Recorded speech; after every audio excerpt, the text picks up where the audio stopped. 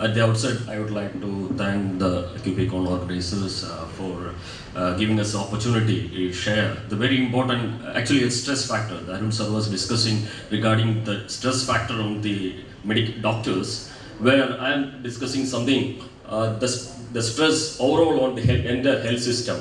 And he has brought out 10 commandments. And for reducing the stress in the health system, we could one of the commandment is the public-private partnership. So I will be just sharing some of our views, some of the opportunities where we can build partnerships to decrease the stress on the health system. Regarding the public-private partnership, there are a lot of definitions actually in place for the what exactly is the public-private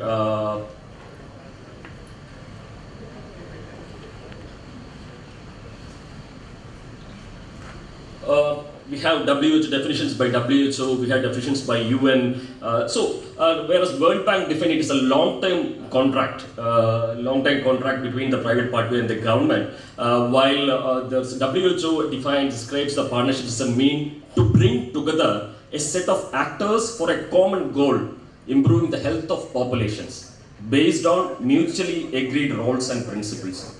A more clear and broad definition was given by UN, where it's voluntary and collaborative. That's the term used. It's a voluntary and collaborative, where we share our risk, responsibilities, resources, competencies, and benefits. And if you look back, go back to the history of actually these partnerships. In 1990s, before 1990s, we were not using the term partnerships. Rather, we were using the term collaborations. What exactly collaboration means is it is a short-term association. There is no sharing of responsibility, sharing of risk. Nothing is happening. It's only a short-term project, like a project one. But in 1990s, the term the public-private partnership came up, and it was became an important policy initiative in the health sector at the global level. And many key multilateral and bilateral agencies adopted this strategy in global health policy that influenced national policies. So our country was also influenced in the same line.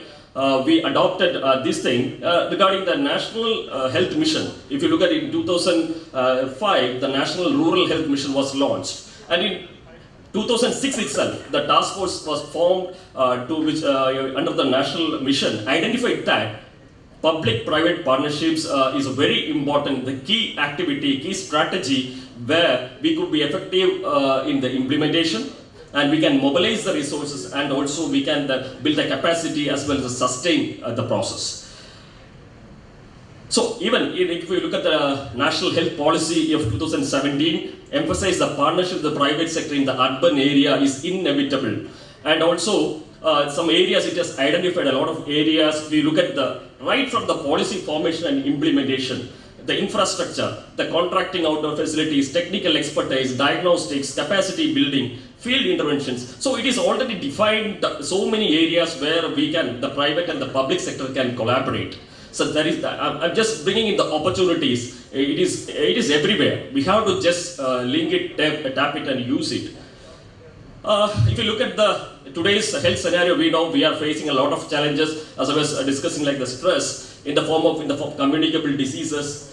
We just faced a pandemic. There are a lot of emerging and re-emerging diseases happening. Another is the huge burden of non-communicable diseases, especially, and also the aging population. If you look at the Indian scenario, Kerala scenario, the life expectancy, we know it is more. So we are going to face a lot of challenges. Our health system is going to face a lot of challenges, and these challenges definitely going to threaten the people's lives, livelihood, and long-term sustainability of our healthcare budgets. This is everybody know that the more than 60% of the service delivery is happening in the health sector in the Kerala scenario is from the private sector. Maybe this is according to the 2014 NSSO data, but now as a part of the health system strengthening, it might have decreased, but not that much. Maybe more than still there will be more than 50 to 50 percentages.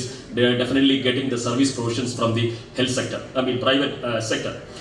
So the PPP is a viable model, and for it to be effective, there should be a scalable and replicable one, a sustainable one, as well as an inclusive one.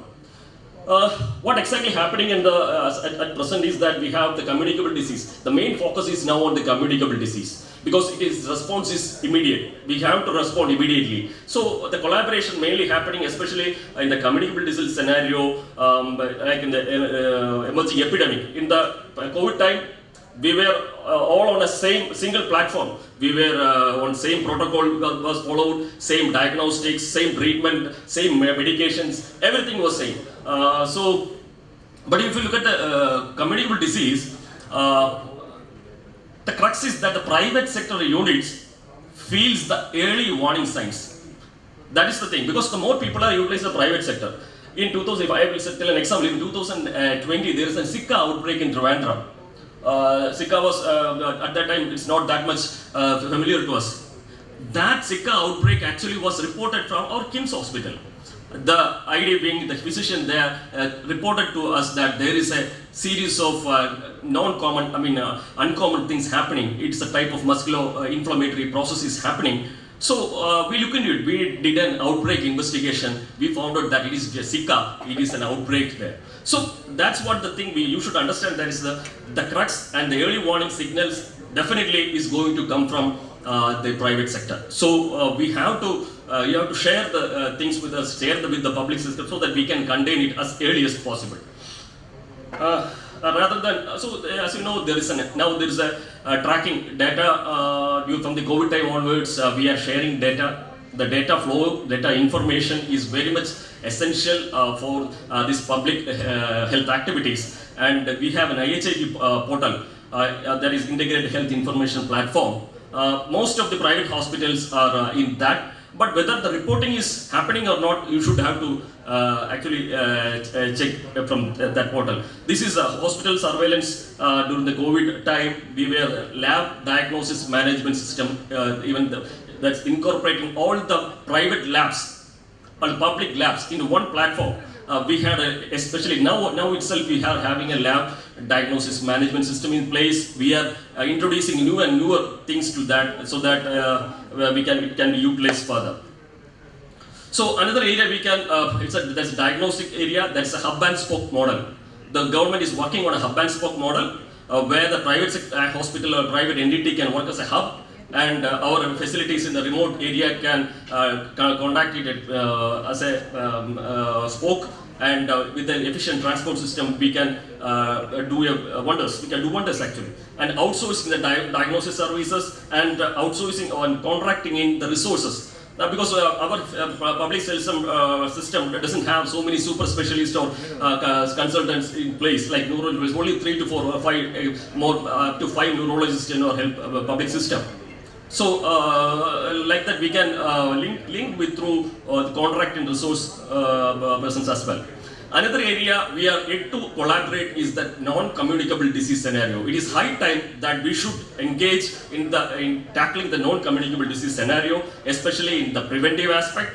The screening process, the early detection is one of the gold standard thing to do, strategy to do, the diagnosis, the treatment, and also the follow-up. The follow-up is very much important. If you look at the Chitradirunal data, Achyuta Center data for study 2018-19, the controlled rates of hypertension is only 13%. We are starting medications, the control rates among the 100 people who we are starting our patients, we are starting our hypertensive drugs, only 13 is getting controlled. Diabetes, it is only 16%. So that's the reality. So we have to understand that many people will be visiting your facilities, and you are just tracking them only during their next review or follow-up. So, but yeah, our system has a good system in a field to track these people. Now what we have is we have introduced a hypertension in India hypertension control initiative. Through this we are tracking these patients, we are finding out the defaulters, and now it has improved up to 50%. The control rates we are able, among our patients, but that's what I'm saying. Among the patients raised in the public sector, we are able to increase the control rates up to 50%. Similarly, we can collaborate or partnership be in coming partnership in that areas where we increase the control rates. And also regarding the rehabilitative services. Recently, the Sri Chitra Tribunal has published, they have done a research along with our department, and they followed up the stroke patients. And they went to their homes and find out that more than 50% of stroke patients are getting treatment for acute care from private hospitals. Okay, and what is happening to these hospitals, that these patients, without human resource pool, physiotherapists, the field level workers, they trained them and been built in a rehabilitative system and introduced these patients, all the patients, to that system, and they found out that their quality of life there has improved a lot. So what I'm saying is, follow-up, we can collaborate or we can partnership in the follow-up and rehabilitative component as well at the field level. So many areas to discuss as a time. There's cardiovascular disease, the chronic disease is another area. We in our system, public health system, there are presently 102 dialysis centers we have. But the waiting time for a dialysis is more than 1 month. That much for people we are having chronic kidney disease. So in the scenario, if we collaborate or we have partnership, we can help the people in that scenario. And regarding the chronic pulmonary diseases, pulmonary rehabilitation, as air pollution is going to a challenge in future, and also as well as the chronic pulmonary rehabilitation is a major thing. Elderly population who are having the chronic respiratory disease, we have to bring, we have work together in establishing these pulmonary rehab systems in the field level as well. And cancer, another major disease where we have to do an early detection, identification process is the cancer. And now the government is setting up a cancer grid, where in each district there will be a level 1, level 2, level 3 hospitals, which includes the private sector also, so that if one person from Cochin or Pathanamthitta or something is there to visit or travel up to the RCC or Cochin Cancer Center or Malabar Cancer Centers for getting the treatment, we can decentralize the chemotherapy. We are doing it. We will train our people and decentralize the chemotherapy in our hospitals. Why can't the public sector, the hospitals could take it up? They can take it up, definitely, so that the people, the cancer patients doesn't require to travel a long distance to getting the chemotherapy. So we can, the private hospital in their institutions, they can get the chemotherapy. I'm not going, so many things also discussed, like the disaster management, antimicrobial resistance, the climate change. Another important area, the carbon mitigation. We can unite together to bring the carbon neutralization. More than 5% of our global carbon emission is by the health sector. So it is going to be a huge problem. So we have to convert eco-friendly and all those things. So another area is the biomedical waste management. In the globally, if you look at the IMA is the first, only the professional organization which come up with a common biomedical waste management program, which we all are utilizing. If IMA, this image was not there, what should have been the scenario? So many things. So we should have we are having a good system under the steps under the TB elimination mission. So we can through that, it's a good model. We can collaborate through, like the steps. And overall, it is important to sustain the partnerships. So we have to judiciously judiciously use the private and public sector to the local circumstances. And moreover, there is now a great political will. The Kerala government has already declared that it is ready to strengthen the public-private partnership in the healthcare in the state. So we have to take this opportunity, sit together, discuss, and I think the QPMBA has a very big role in that, because I was a part of the TB steps. I was the state coordinator during that time, and QPMBA was a major, major organization behind that success story. So I think we need to go further. A lot to do, especially in the non-communicable scenario. We can take this as an opportunity and start discussions. Thank you very much for the patient here.